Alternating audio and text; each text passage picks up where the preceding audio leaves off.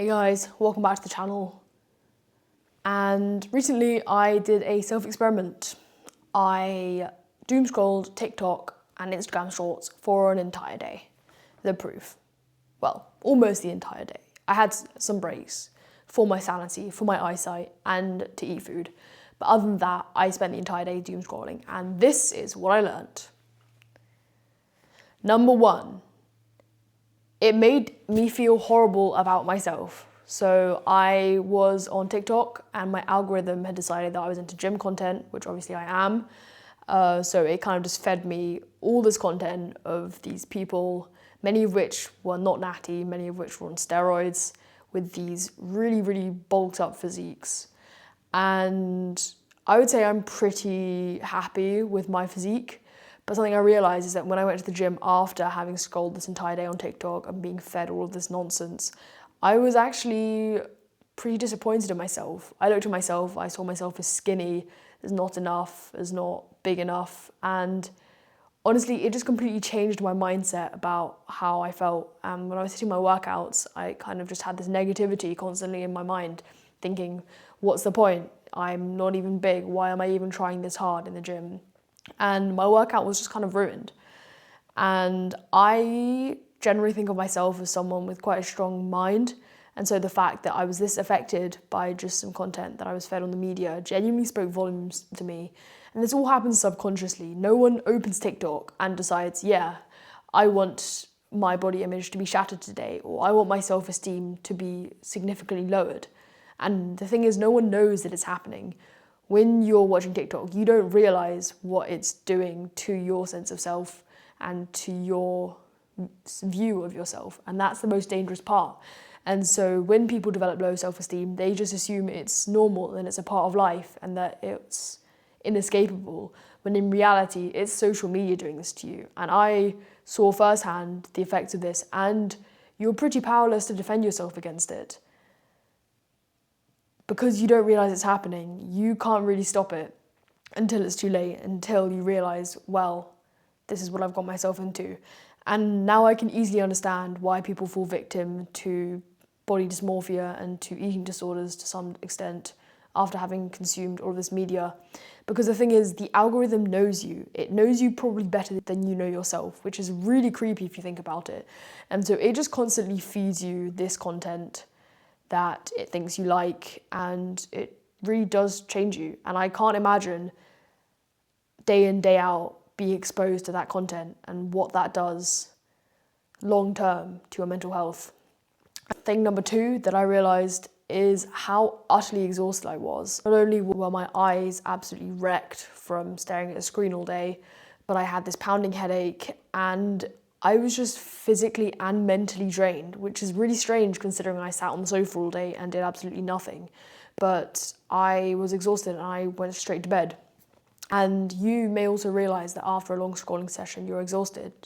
And the science behind this is the fact that your brain is processing an enormous amount of information when you scroll. When you scroll, it might just feel like you're relaxing. You may feel in this state where you can just unwind and recover. But that's not the case, because your brain has to process so much information when you scroll, and that's what exhausts it. Your neurons are firing constantly without rest, and your brain's working overtime to make sense of all the information you're seeing, and so it makes sense that you'd be exhausted. It quite literally is overstimulation, and that manifests itself in your physical mood. Number three is that I had no motivation to do anything else. I was supposed to be creating presents for a mate's birthday, and both during the scrolling session and after it, I just didn't feel any motivation whatsoever. While sitting there, I was thinking, I need to do this, but somehow it felt like there was this magical force keeping me glued to the screen. And that magical force is the fantastic hormone that is known as dopamine. And that is because when you sit there and scroll, so much dopamine is being released in your brain because of all the new experiences, all of the new sounds, stories, jokes, that everything around you feels unbearably boring. And that is the power of your brain, because it's always engaging in comparison. It's always thinking, this activity versus this activity, which is going to give me the bigger sense of reward? Which one is more stimulating? And the thing is, social media is engineered to be off the scale stimulating. So when you compare anything to that off the scale stimulation, it makes sense that everything else is going to feel like watching paint dry. And I felt that in force. That is genuinely how it felt. And on a normal day, I'd say creating these presents would be very exciting. But when compared to this artificial stimulation, it just felt like something I didn't want to do. And I didn't end up doing it because of this lack of motivation. And so this lack of motivation you feel is not your fault at all. It is literally social media hacking into the biochemistry of your brain to change what you want to do. And that felt freaky. Even after the scrolling session, a mix of this exhaustion and dopamine depletion meant that I still couldn't muster up the motivation to do anything.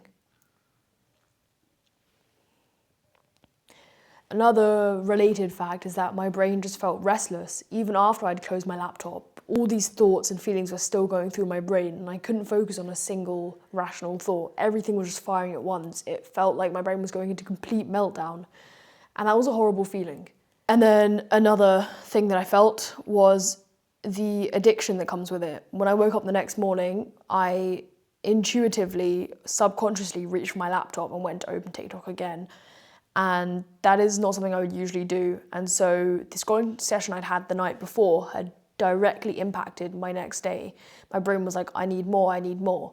Thankfully, due to the barriers I've put in place that I speak briefly about in this video, I wasn't then able to open TikTok again. But if I had, I have no doubt that I would have spent a whole nother day scrolling. And that's the scary part. Once you start, you really can't stop. And that is not your fault. Again, that is the way the social media is engineered.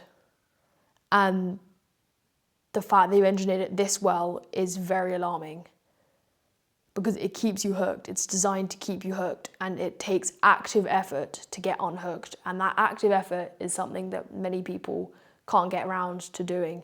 And so they stay stuck in this cycle of consumption. And that is very alarming. And lastly, something I felt was that I had no focus, and this also rolled over to the next day. Again, my brain stayed restless, and it meant that I couldn't focus on a single task. And again, that is due to the dopamine overload and constant comparison that your brain engages in. And all of that just from a day of scrolling. Now, I've always known that social media is like a drug. It's like an invisible drug and an invisible killer of motivation and discipline. But I never imagined it to be this bad. And I think the worst part is the addiction, and that it's very hard to get unstuck. So this is a call to action.